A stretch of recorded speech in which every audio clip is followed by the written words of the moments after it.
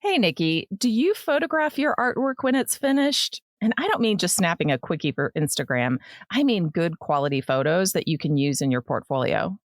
Laura, I'm old enough that I remember when you had to shoot your work on slide film, rip them out of the cheap cardboard slide frames, use silver tape to crop down your image, and pop them into plastic slide frames. Wow, Nikki, you are old. Anyway, we know that it can be overwhelming to think of all that can be involved in photographing your work. So today, we're going to do a deep dive into this topic and give you our best tips on how to create professional images of your artwork.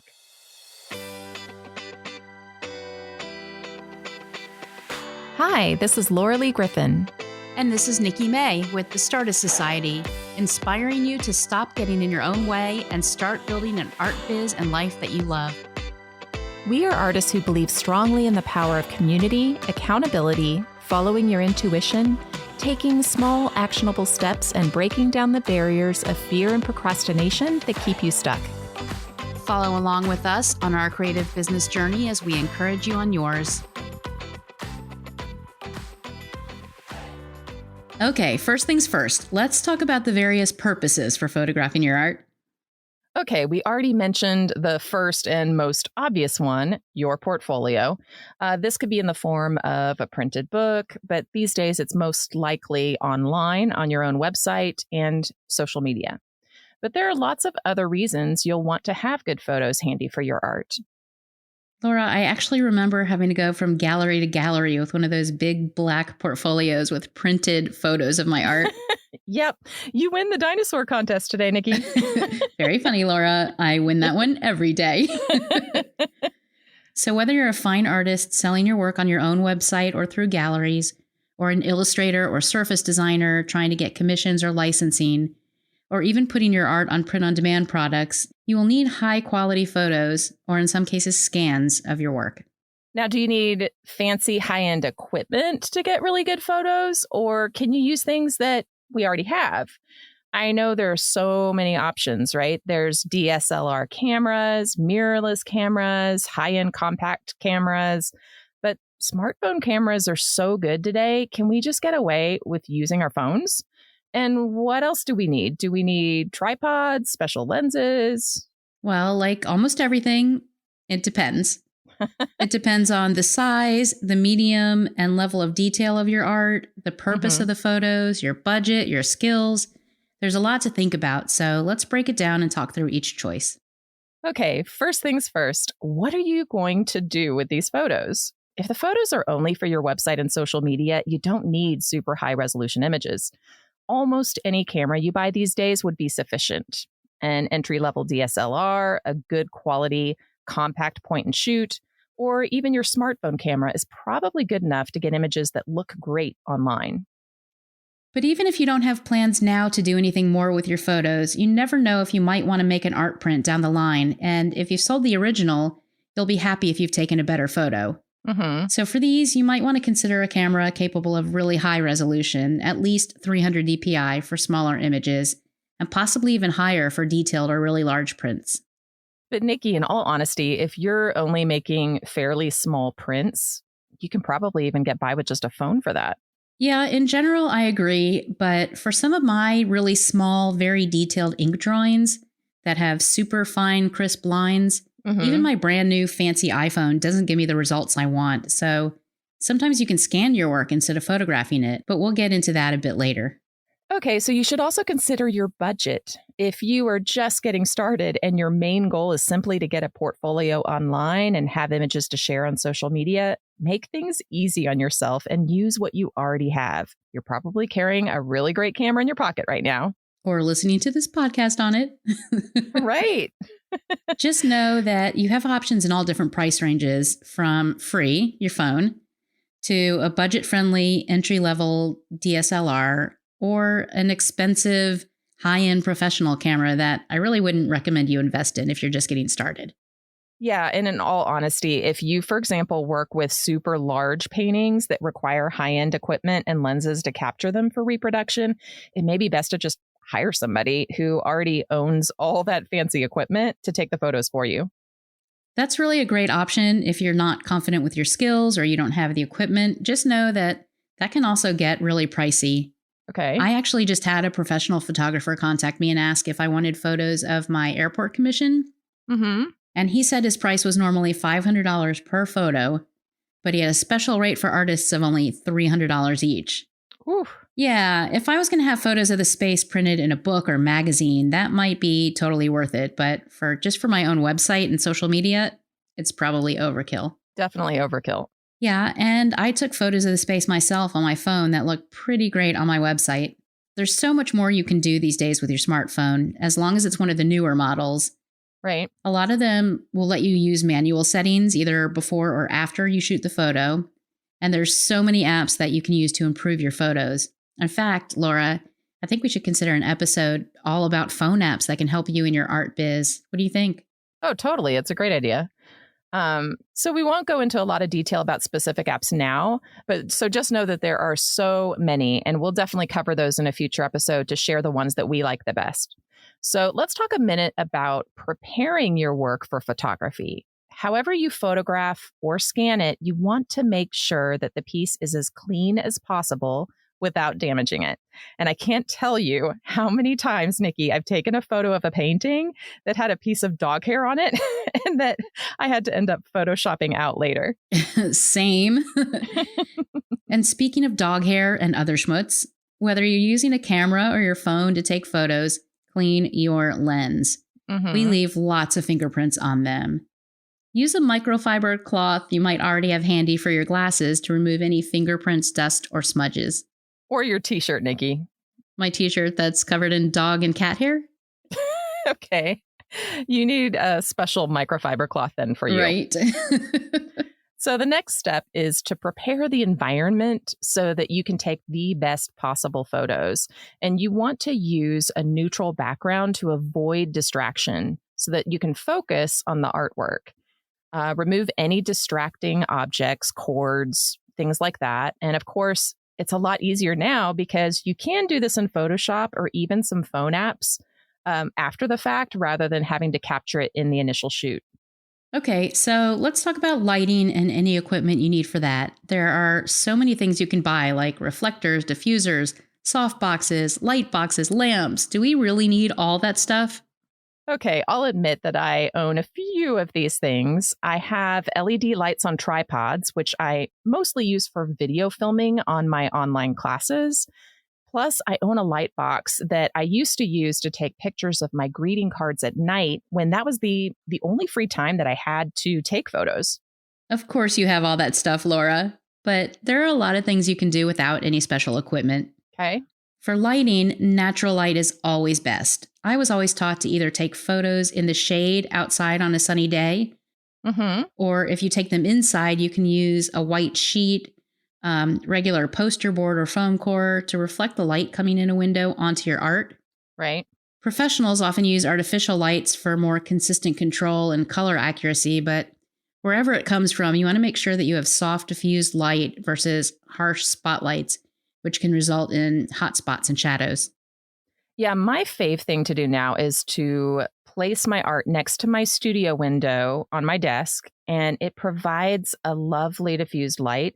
I can pop a piece of foam core on the other side to bounce light back onto the surface of my work. And definitely I avoid any time of day that might have direct sunlight flowing through.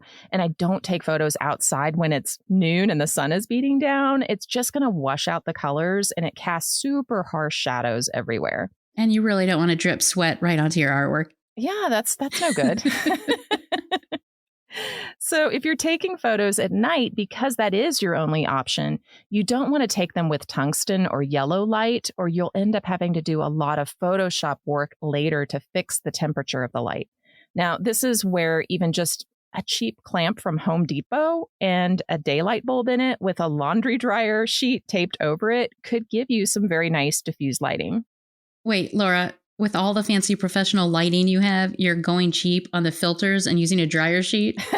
Well, I've used fancy and non-fancy options, so I'm just giving everyone some options. But I do want to admit that I've spent a small fortune on some gorgeous backdrops from a company called Replica Surfaces. They basically have these roughly 2 by 2 foot panels with gorgeous backdrops from various types of wood, leather, stone, fake wall backgrounds to, I don't know, you name it. It is very, very cool. And they even have a tripod to hold the panels, like one on the bottom and one on the side that has wheels on it so that you can move everything around just to catch the right light. Admit it, Laura, you bought the tripod to hold the panels. Oh, yeah. You already knew the answer to that, Nikki. I did. But one of the things I did a couple of years ago was to take some brief 10-second videos of my hand-painted ornaments. This was for Christmas time, where I twirled them around in a circle for my website and for social media. And the very best backdrop ended up being a white piece of trifold foam core from CVS that probably cost me $6. So you don't have to get fancy.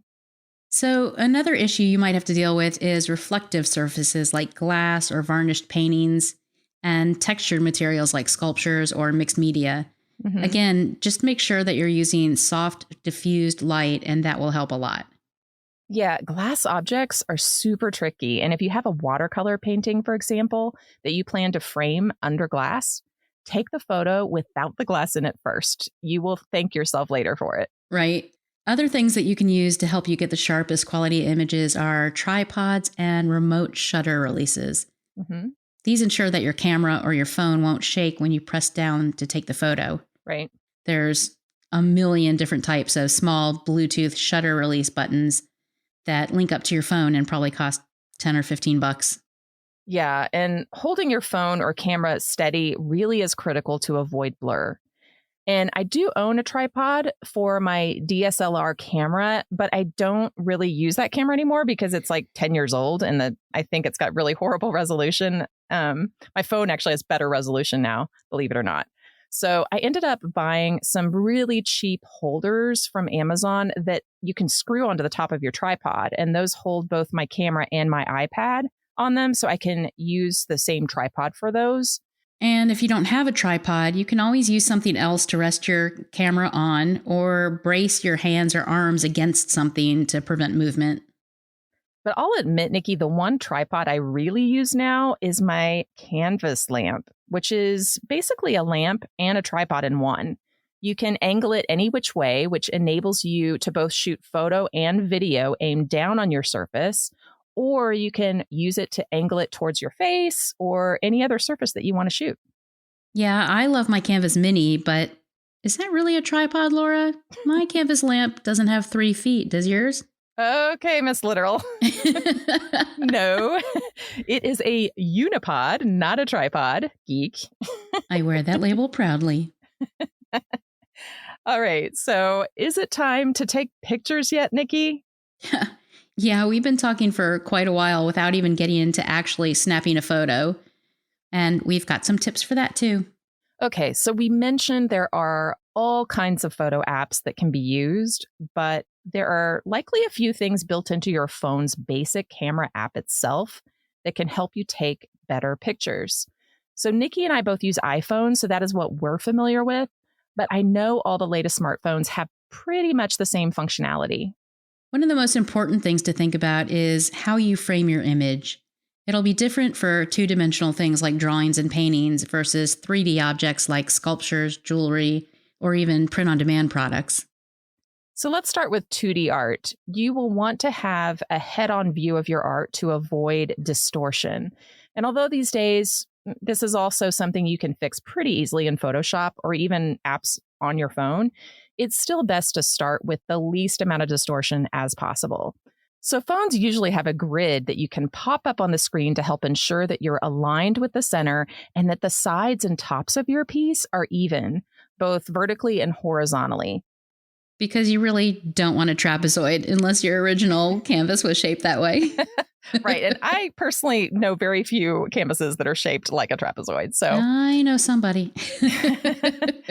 So if you're also photographing downward at your surface, you can also ensure your phone is horizontally level using a tool in your camera app. So on the iPhone, this looks like two little crosshairs that are in the center of your image when you're sort of aligning it and trying to get the right shot. So one will be white and one will be yellow. And when you get those two aligned, then it means you are perfectly parallel to the surface that you're shooting on. And that's the ideal thing that you want to have. And in portrait mode, there's a brand new cool feature that isn't turned on by default, but you can turn it on, and it's a white line that is basically a level. It's broken up into little short pieces, and when they all line up to one perfect straight line, then you know that's completely straight. And it was hard to find where to turn on that feature, so I'll put a link to it in the show notes. Okay, next, you want to ensure that your camera lens is in focus. You can usually do this by tapping on the area of your frame or on the screen that you want to be in focus, which will often just auto-adjust the lighting as well. When you tap to focus, you'll also see a little slider that lets you adjust the light exposure. So that can help if it's a bit too dark or too bright. Right. You can slide it up to make it brighter, I think, and slide it down to make it darker, which is cool. A lot of people don't realize that exists. Also, I suggest before you even get started, bumping up your brightness on your phone to the brightest level. So most phones now have screens that auto adjust to the lighting that you're in, and it may not be set at the brightest level, which can be really deceptive when you're setting up the exposure for your pictures. Ha.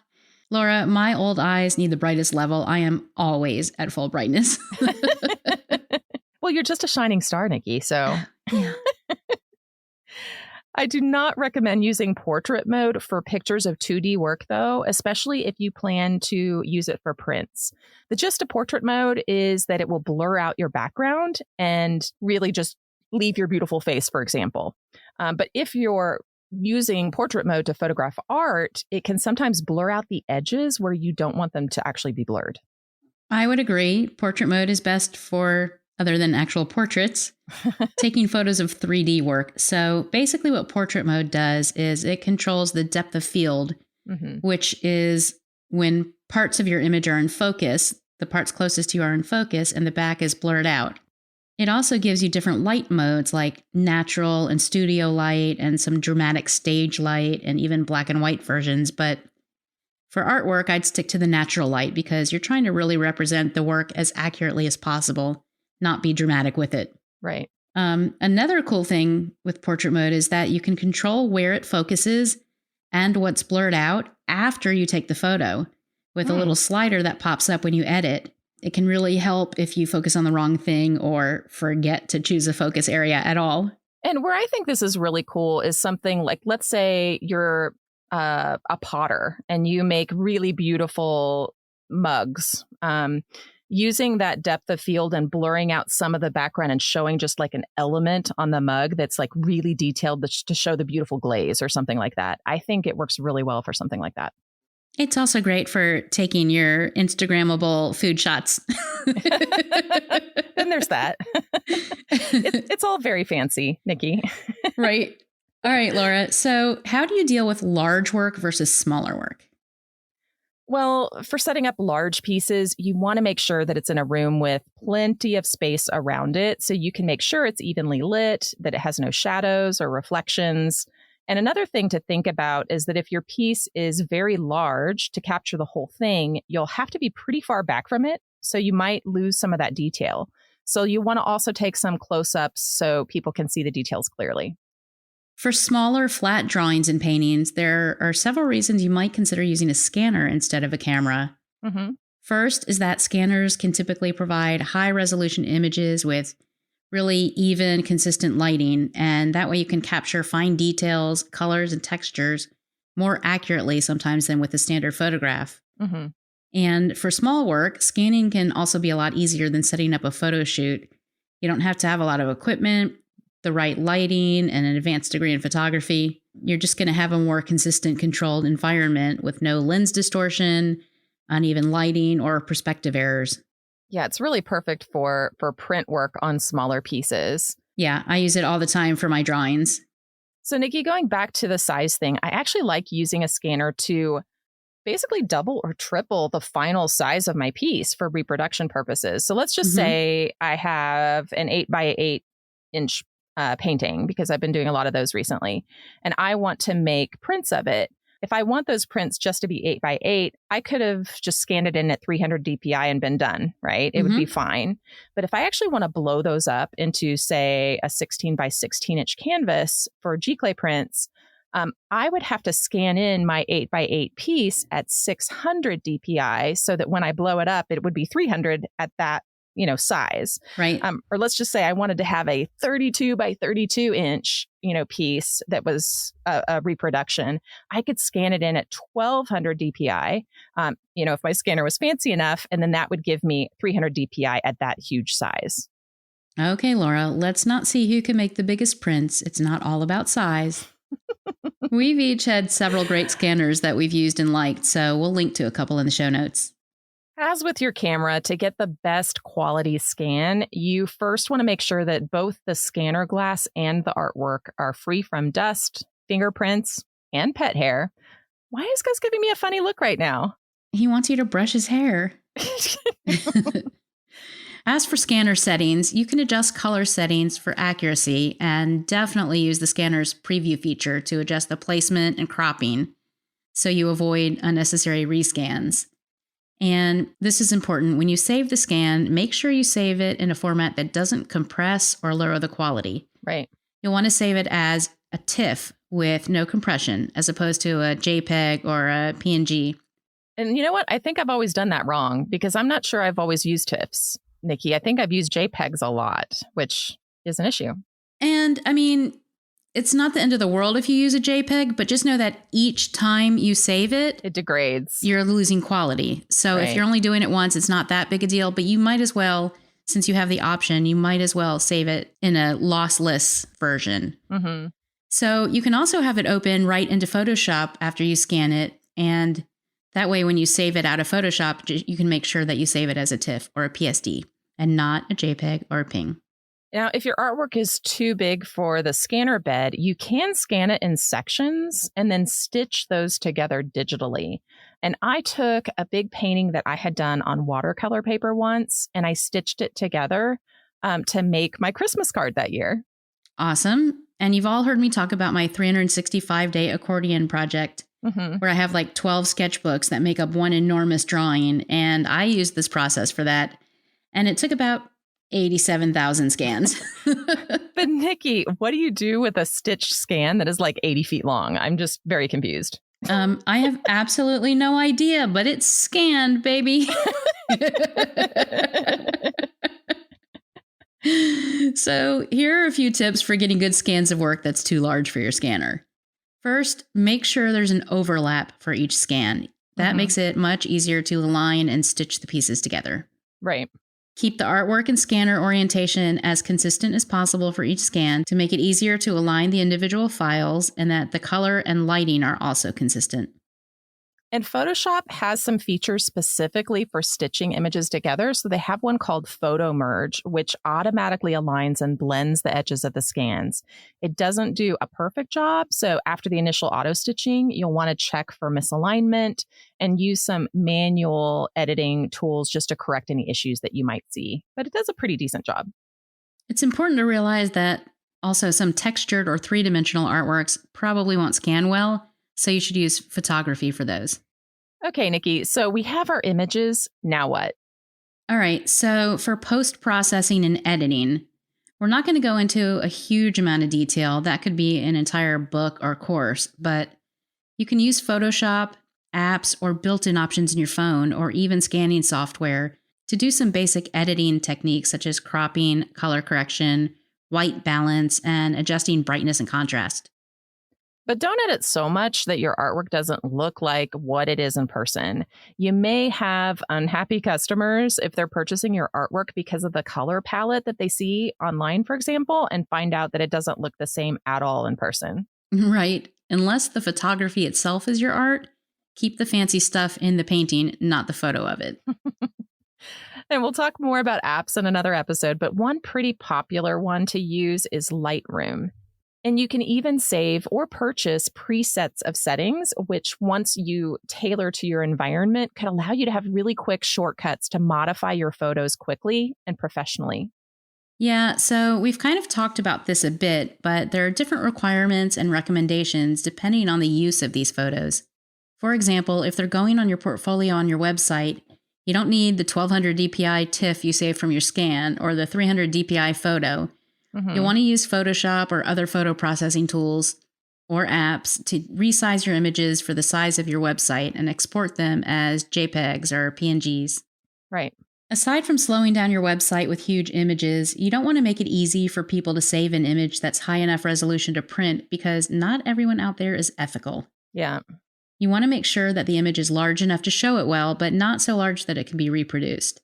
Yeah, Nikki, we're all a little bit scared of having our art stolen and used in a way to produce products or something without licensing deals and things like that. So it is definitely good to save lower quality or lower DPI to put on your website. I think I normally use around 1,000 pixels wide. Yeah, me too. Yeah. But one of the things I have to remember is that I sometimes throw images from my phone directly on social media because I'm really excited to share the project and it's just sitting there in my camera roll, especially if I just finished something. And I find that Instagram usually compresses those images to make them lower quality, but I found sometimes that Facebook does not. So I have to be really careful about that because I'll put like a big, huge photo will show up and if somebody clicks on it, they can download basically a high resolution photo of that piece of artwork. Yeah, that's something you want to keep in mind for sure. Another thing to consider is the color space of your image, whether it's for print or to be seen online only. RGB is for online images and CMYK is for printing. If you view images saved as CMYK online, the colors may appear duller. Okay, so RGB I know stands for red, green, blue because those are the colors from the light on your screen, right? And CMYK stands for cyan, C, magenta, M, yellow, Y, and black, K? Why does the K stand for black? Inquiring minds want to know. I know, it doesn't seem to make any sense, right? But Yeah. It's actually just to avoid confusion since blue and black both start with B. Okay. Cyan is basically blue. Okay. And they, whoever they are, decided that K was best for black. Okay, we digress, but that's always been confusing to me. And well, for printing, not only should it be CMYK, but just a reminder in general that photo should be 300 dots per inch. Right. And just as an aside, I know some people are confused by seeing DPI in some places and PPI in others. Okay. In Photoshop, it'll be written as pixel or PPI, pixel per inch, which is the digital equivalent of DPI, which is for printing. So it's a 1-to-1 equivalent. So it's basically the same thing. Yeah, it's exactly the same thing. Just one's a printing term and one is a digital term. Okay, Nikki. So before we wrap up this episode, I want to talk a little bit about the future of photography. Just like any art, I don't think that the need for original photography will ever completely go away.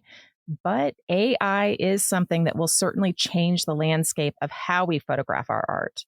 We already see apps that have mock-up rooms. I think there's one called Art Room or something where you can upload your art and it can present it beautifully in some mystery person's fancy bedroom, living room, dining room space.